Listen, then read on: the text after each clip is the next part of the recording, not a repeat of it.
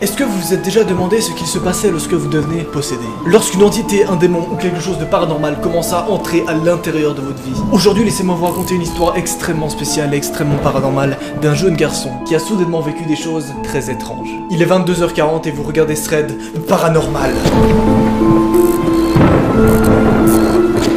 Tout a commencé lorsqu'un jeune adolescent, extrêmement jeune d'ailleurs, ça m'a beaucoup étonné qu'une personne aussi jeune que ça fasse des threads et vive des choses aussi horribles, parce que d'habitude voilà, on considère que c'est paranormal quand on est un peu plus vieux, et là vraiment cette personne est très jeune, et c'est vraiment horrible ce qui lui est arrivé, vous allez voir. Il y a très longtemps, environ 3-4 semaines, c'est pas très longtemps mais enfin bon t'as compris, il envoie au secours. J'étais en train de penser pour m'endormir, et j'ai entendu rire juste derrière moi, comme si quelqu'un était allongé à côté. Le rire semblait avoir le ton d'une femme, pas âgée mais pas jeune. Bref, le début d'un thread plus ou moins normal, sauf que là, très spécial, eh bien il était pas parti pour faire un thread en fait, il était juste parti pour faire ce tweet lambda, tu vois, c'est-à-dire qu'il a même pas continué ensuite à expliquer son thread en dessous, il a juste tweeté ça sur Twitter juste pour voilà se taper un peu des barres, tu vois, et finalement bah ça s'est vraiment passé, et là il est parti en grosse enquête, et les résultats qu'il trouve sont vraiment...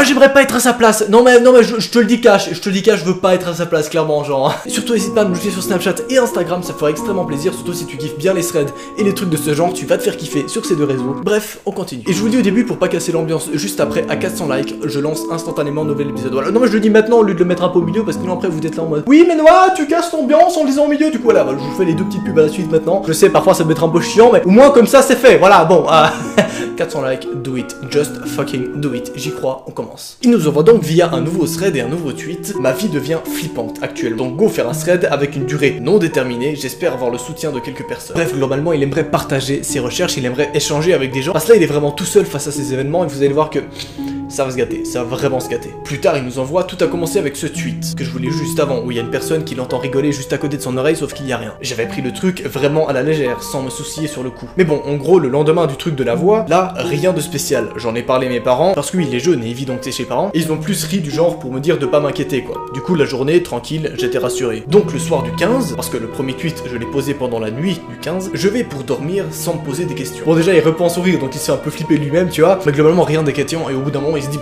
fuck it, il s'est rien passé, voilà, juste lancé d'autres phrases threads normales, mais... Sauf que il a peut-être parlé un peu trop vite. 2 jours plus tard, il nous envoie. La nuit du 17, j'ai fait le rêve le plus effrayant que je n'ai jamais fait. Je me suis réveillé dans ma chambre parce que j'entendais des voitures dehors. J'habite en maison. Ma fenêtre était grande ouverte et les phares éclairaient ma chambre. En temps normal, je serais resté dans mon lit parce que la nuit c'est fait pour dormir, tu rigoles pas avec ça. Mais là, je me suis levé naturellement, descendu les escaliers, passé un couloir avant d'arriver dans mon salon. La porte d'entrée était grande ouverte et il n'y avait plus aucune voiture dehors. Je m'avance pour fermer la porte sans me poser de questions, mais elle se ferme brusquement toute seule et une sorte de force m'emporte en arrière jusqu'à me bloquer contre mon canapé. Là évidemment, il était en panique, il pouvait pas crier, comme si ses cordes vocales étaient coupées. Ça doit être une sensation relativement horrible, hein, on va pas se mytho. C'est qu'il pouvait vraiment pas parler, il était en mode... Oui, c'est une imitation un peu nulle, mais t'as compris, hein. Jusqu'à ce que ma bouche se remplisse de bave, comme de la mousse. Encore et encore. Et ensuite il se réveille, mais là ça continue. Il a senti une espèce de main sur son épaule, bordel. Je me suis retourné prêt à défoncer une bouche. Sauf qu'il y avait rien. Mais Raphem, donc le petit garçon, va pas se laisser faire si facilement que ça. Tu vois, il va se dire, non les gars, les films, moi je les connais, tu vois, genre les films d'horreur, on a bien rigolé, on est sur 2 petits rêves. Le mec limite il se dit, bon, je me suis en train de me faire flipper tout seul, tu vois, genre, y a pas de faits concrets qui peuvent montrer qu'il se passe un truc. Attendez. Laissez-moi vous raconter la suite. Bref, il se pose des questions, mais rien d'alertant, il ne se laisse pas faire. Et j'aime bien parce que juste après, il envoie. Faut vraiment que je comprenne ce que mon cerveau veut me dire là. On va pas être potes s'il continue. Genre le mec parle à son cerveau. Oui, c'est marrant, moi ça m'a fait rire. Alors, après, tu en fais ce que tu veux, hein, t'inquiète. Et là, plus de nouvelles. Tout le monde se dit, bon, c'est pas grave, c'est juste un petit gamin voilà, qui a pris peur pour rien, hein, finalement. Il s'est pas forcément rien passé de concret. Jusqu'à ce que nous envoie ce tweet. Donc, j'ai une nouvelle fois fait un rêve horrible et je comprends plus rien. Une nouvelle fois, je me suis réveillé. Donc, en gros, je dormais, mais dans mon rêve, c'est comme si je me réveillais. Sauf que j'étais complètement lucide. Je me lève, naturellement, descends les escaliers sans aucune peur, comme si je savais ce que j'allais faire, à savoir que c'était la nuit. Je passe ce couloir et au bout de celui-ci je me bloque. Je ne pouvais plus bouger. Il y avait une fenêtre un peu plus loin et une ombre. Une putain d'ombre de femme dans la maison à regarder la fenêtre. J'étais paniqué, je vais pas chercher à faire mon bourg sur Twitter. Dans ce genre de situation, la peur t'envahit. Je voyais sa tête se tourner de plus en plus et j'étais obligé de la regarder contre ma volonté. Je n'ai vu qu'une mini partie de son visage. Enfin, je sais pas si on peut appeler ça un visage. il y en avait pas. Il faut s'imaginer que le mec a à peine 14 ans, on sait pas si c'est un rêve ou pas, c'est horrible ce genre de rêve déjà où tu te réveilles, où tu sais pas si t'es vraiment dans un rêve ou pas, tu vois, dans ta tête t'es pas en train de rêver, mais à la fin tu te rends compte que tu te réveilles, donc tu te dis oh putain c'est un rêve. C'est-à-dire que là le mec se réveille, marche un peu, regarde par la fenêtre et voit une femme qui le regarde, sauf que cette femme a pas de visage. Quelques minutes plus tard, juste après, il nous envoie « Je me suis réveillé en sursaut, paniqué. J'ai eu du mal à répondre d'une respiration normale. La situation était moins gore que l'autre rêve, mais elle était stressante. Si quelqu'un a une piste sur ce qu'il m'arrive, aidez-moi. » Et là, ce que je trouve génial, c'est que vraiment les gens enquêtent. Les gens veulent savoir les réponses. Les gens veulent vraiment trouver ce qui se passe. Et donc, il y a plein d'enquêtes qui se font, plein de personnes qui vont chercher des réponses, etc. Il envoie donc quelques jours plus tard. Les gens, c'est juste un rêve. Hein. Si rien ne se passe, j'arrêterai ce serait. D'ailleurs, on m'a dit que c'était normal et que ça pouvait être une période avec ton état et tout, suivi d'un fameux rien d'alarmant pour l'instant. Certaines personnes disent que c'est très grave et d'autres personnes lui disent ça va, ça peut arriver. C'est peut-être juste ton cerveau, quelquefois qui déconne un peu, mais t'inquiète, pas de soucis, ça arrive. Et là, il vit sa vie tranquillement. Il nous envoie quelques tweets où il nous dit il s'est rien passé cette nuit, je souffle, bref, tout a l'air de vraiment mieux s'arranger, tout a l'air de vraiment mieux se passer. Se passer, oui, tout à fait, avec un CH, se passer. Jusqu'à ce moment-là. Oui. Gros. Je bégaye tellement ça fait flipper, bon, Cette nuit-là, il s'est passé quelque chose d'intéressant, ou plutôt intriguant. Pour résumer, jusque-là mes rêves lucides devenaient horribles et me faisaient flipper. Cette nuit, je suis entré en rêve lucide. Dans ce rêve, je me suis redressé dans mon lit et j'ai fixé le vide. Mais pas juste quelques secondes, ça a duré longtemps. Je fixais le vide dans le noir sans bouger, avec la sensation qu'on m'observait. Pourtant, j'avais pas peur, et ce matin encore, je me suis pas terrifié par ce rêve, juste intrigué. Comme si tout était normal. En gros, il a juste l'impression qu'il a rêvé, qu'il s'est levé et qu'il a fixé le vide. Et c'est là que les premières théories sur la possession arrive. C'est en effet un syndrome, une possession relativement classique, où on a finalement une personne qui se rend pas compte du tout qu'elle est possédée, mais qui se dit juste « Voilà, je suis bien », alors qu'il est 4h du matin et qu'il était juste en train de fixer un mur. C'est très glauque comme situation, ouais. Bref, il fait ses petites enquêtes, et beaucoup de personnes lui disent « Mec, c'est juste que peut-être tu as des problèmes dans ta vie, et que du coup, voilà, ton cerveau interprète ça en fonction de tes rêves. » Sauf qu'il précise bien que ma vie, elle va nickel, en fait. Genre, il kiffe bien sa vie, le seul problème, c'est juste ses rêves. Ça c'est chaud, parce qu'habituellement, quand tu as des problèmes un petit peu dans ta tête, tu arrives à lier ça avec des événements concrets de la vie réelle. Par exemple, je sais pas, tu fais des mauvaises notes actuellement, ou alors tes études vont très mal, ou ta copine vient de te plaquer, bref, vraiment des événements concrets de la vie réelle. Là, il dit vraiment que tout va bien dans ma vie, à part ces petits rêves,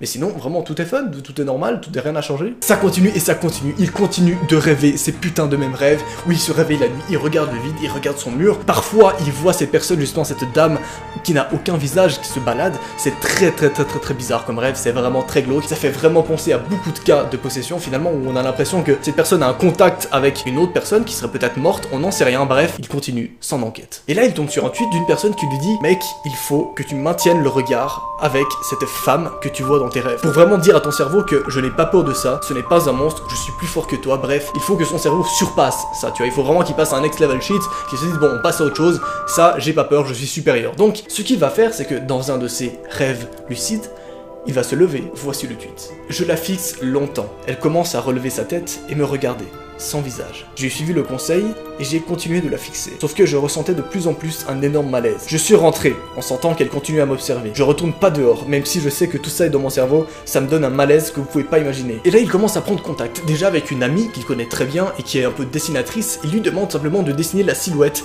qu'il voit toujours dans ses rêves. Et là, elle lui dessine quelque chose qui ressemble à ça. C'est très beau, le dessin est très beau, vraiment c'est très... Non mais j'aime bien, c'est un peu romantique. Faut s'imaginer que cette personne est une personne réelle et qu'on n'est pas sur un dessin à la base, hein. Là on est plus sur un croquis, mais je pense qu'à sa place, ça doit vraiment pas être drôle, ça doit vraiment pas être drôle du tout. Il précise bien au moins 50 fois, elle n'a pas de visage, elle a de longs bras et de longs cheveux bruns. Et là, des jours s'écoulent, et les événements, eh bien ils continuent. Ils nous envoient parfois, cette nuit, je l'ai revue. J'étais dans une sorte de hangar, et elle était dans un coin. Elle me regardait pas mal de temps, avant de faire un chute avec son doigt. Je comprends pas, je connaissais pas cet endroit, je ne comprends pas pourquoi elle m'a dit chute. Bref, le mec comprend absolument rien. Certaines personnes lui disent que voilà, peut-être hangar est égal à voyage, donc est-ce que tu as fait un voyage par hasard qui t'a traumatisé, quelque chose comme ça? Mais non, rien. Il ne comprend absolument rien de ce qui lui arrive. Il nous fait donc ensuite une enquête extrêmement approfondie où il note la totalité des nuits qu'il a passées avec tous les événements, exactement ce qui sont passés, pour voir s'il y avait un signe, pour voir s'il avait quelque chose. Bref, je vous mets le résumé peut-être ici, si vous voulez mettre pause, vous pouvez lire. Si vous voulez lire absolument la totalité des nuits qu'il a passées où il s'est passé vraiment des choses. Je précise bien que je vous ai dit vraiment les événements les plus importants, hein, mais il y en a plein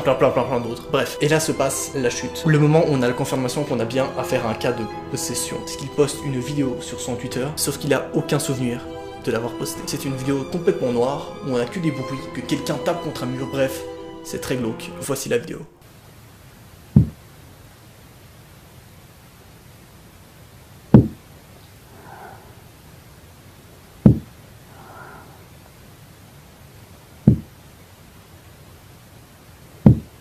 un moment plus tard, il nous envoie « Je la vois partout, je la hais ». Et voici la fin du thread, ou presque. Non, parce que ce thread est plutôt cool, car il a un happy end. Quelque chose assez rare, hein, dans les threads, je vais pas te mytho, tout simplement parce que quelques jours plus tard, après nous avoir laissé sur ce fameux tweet « Je la vois partout, je la hais », quelques jours plus tard, il nous envoie « Désolé si je donne plus trop de nouvelles, je suis assez occupé, et hier, j'ai tweeté un truc le soir parce que je la voyais partout dehors, du coup je me faisais flipper. Mais ça s'est quand même vachement calmé depuis le début. » Et c'est mieux. Et ça fait plaisir que la situation s'est complètement améliorée, il arrive vraiment à dormir les nuits, et il n'y a plus vraiment de problème. On pense aujourd'hui que c'était lié quand même à certains événements qui s'est passé dans la vraie vie, et que son cerveau a essayé de faire un lien entre ces différents événements, tu vois, essayer d'envoyer de transmettre des messages, mais c'est très flou. Est-ce que peut-être il aurait vu un film qui l'aurait dramatisé plus jeune, et que c'est seulement aujourd'hui que les événements ressurgissent finalement dans son inconscient, dans ses cerveaux? C'est peut-être des hypothèses qui sont possibles, mais dans tous les cas, son histoire est géniale, et putain, ça fait plaisir d'avoir un happy end, et de pas terminer cette journée avec, finalement, des bonnes grosses couilles qui gigotent comme ça, hein, qui flippent relativement excessivement. Bon, bref, j'espère que vous avez kiffé cette petite histoire un petit peu différente que d'habitude, un petit peu plus personnelle, j'ai envie de te dire,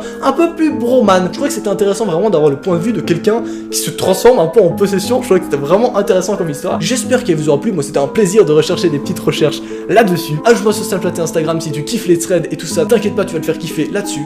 Bref. Allez, salut!